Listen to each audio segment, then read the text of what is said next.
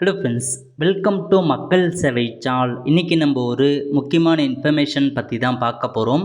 அதாவது டிஎன்பிஎஸ்சி தேர்வு மதிப்பீடு செய்வதில் ஒரு புதிய நடைமுறையை கொண்டு வந்திருக்காங்க.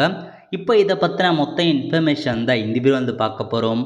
இந்த வீடியோ ஸ்கிப் பண்ணாமல் ஃபுல்லாக பாருங்க. அது மட்டும் அல்ல, இந்த வீடியோ நிறைய பேருக்கு ஷேர் பண்ணுங்க. ஓகே, அதாவது என்ன சொல்லியிருக்காங்க அப்படின்னா, டிஎன்பிஎஸ்சி முதன்மை தேர்வுகளில் இனி பாட வாரியாக தேர்வருடைய விடைத்தாள்கள் தனித்தனியே பார்த்தா மதிப்பீடு செய்யப்படும்.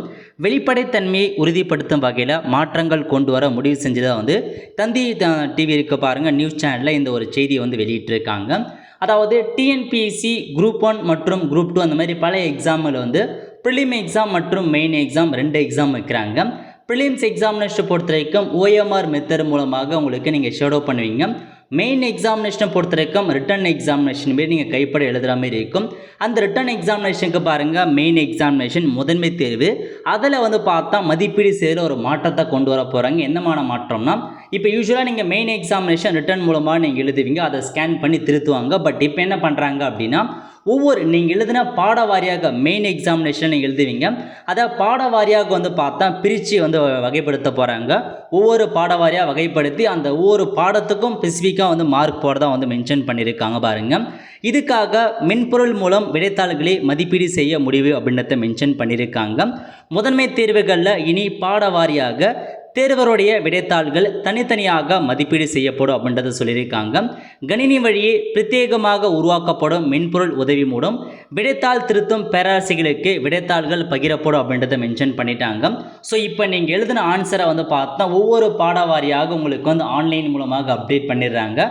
ஸோ திருத்துறவங்க இப்போ ஒரு கொஷின் திருத்துறாங்க, ஒவ்வொரு அந்த பாடவாரியாக திருத்துறாங்க அப்படின்னா அந்த கொஷினுக்கான ஆன்சர் என்னன்றதையும் அப்படியே கரெக்டாக வச்சுட்டு அதுக்குன்னு ஒரு ஸ்பெசிஃபிக் டைம் கொடுத்துறாங்க. ஒரு 5 நிமிஷம் இந்த கொஷினுக்கு மட்டும் 5 நிமிஷம் டைம் கொடுக்குறோம். அது வரைக்கும் நீங்கள் அந்த கொஷினுக்கு கரெக்டாக நீங்கள் திருத்துற மாதிரி இருக்கும். அது அவங்க திருத்துவாங்க. அதுக்குன்னு ஒரு ஸ்பெசிஃபிக்காக டைம் வச்சுருக்காங்க. அந்த டைம் முடிஞ்சதுக்கப்புறம் தான் அடுத்த கொஷினுக்கே போக முடியுற மாதிரி சாஃப்ட்வேர் ரெடி பண்ணுறாங்க.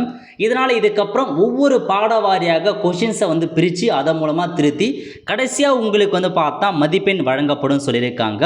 புதிய முறையில் தேர்வர்கள் விடைத்தாளில் பாடவாரியாக அவர்கள் அளித்துள்ள பதில்களை தனித்தனியே பிரித்து எடுக்கப்பட உள்ளது. ஸோ ஒவ்வொரு பாடவாரியாக நீங்கள் என்ன பதில் அளிச்சிருக்கின்றத தனித்தனியாக பார்த்தா பாடவாரியாக பிரித்து தான் கரெக்ஷன்ஸ் பண்ண போகிறாங்க. முக்கிய அம்சமாக விடையை படித்து மதிப்பெண் வழங்க குறிப்பிட்ட நேரம் நிர்ணயிக்கப்பட்டிருக்கும் அப்படின்னு மென்ஷன் பண்ணியிருக்காங்க. இவை அனைத்தும் ஜிஸ் எனப்படும் புவி தகவல் அமைப்பு மூலம் ஒருங்கிணைக்கப்பட்டு கண்காணிக்கப்படும் சொல்லியிருக்காங்க. இறுதியாக பாடவாரியாக பெற்ற மதிப்பெண்கள் கணக்கிடப்பட்டு இறுதியாக தேர்வுகளுக்கு மதிப்பெண் வழங்கப்படும் அப்படின்றத சொல்லியிருக்காங்க. ஸோ இதுதான் லேட்டஸ்ட் அப்டேட். அதுக்காக ஒரு புதிய மென்பொருள் பார்த்தேன் இப்போதைக்கு ஃபைன் பண்ணிட்டு இருக்காங்க. ஸோ மெயின் எக்ஸாமினேஷனை பொறுத்த வரைக்கும் நீங்கள் ஒவ்வொரு பாடவாரியாக தனித்தனியாக பிரித்து அதை ஆன்சர் பண்ணி கடைசியாக எல்லா சப்ஜெக்ட்லையும் சேர்த்து எவ்வளோ மார்க் வருதுன்னு டோட்டலாக உங்களுக்கு கணக்கெடுக்க போகிறாங்க. இதுதான் புதிய அப்டேட். ஸோ பிப்ரவரி மாதம் உங்களுக்கு மெயின் எக்ஸாம் நடக்க போது குரூப் 2க்கு அதில் இந்த புதிய நடைமுறை கடைபிடிக்கப்படுன்ற மாதிரி டிஎன்பிஎஸ்சி தரப்பில் அறிவிச்சிருக்காங்க. அதை தந்தி நியூஸ் பேப்பரில் கொண்டு வந்திருக்காங்க. நீங்கள் தேவைப்படுறவங்க நீங்கள் அஃபிஷியல் நியூஸ் செக் பண்ணி பார்த்துக்கோங்க. ஓகே, ஸோ இதான் உங்களுக்கான புதிய மாற்றங்கள். ஸோ இந்த புதிய மாற்றம் ஓகேவா இல்லைன்றதை மறக்காமல் நீங்கள் கமெண்ட் பாக்ஸில் கமெண்ட் பண்ணுங்கள். ஆல் த ஃப்ரெண்ட்ஸ், கண்டிப்பாக இந்த பிடிச்சா லைக் பண்ணுங்கள். அது மட்டும் அல்ல, இந்த வீடியோ நிறைய பேருக்கு ஷேர் பண்ணுங்கள். அடுத்த ஒரு நிலையில் சந்திப்போம். நன்றி, வணக்கம்.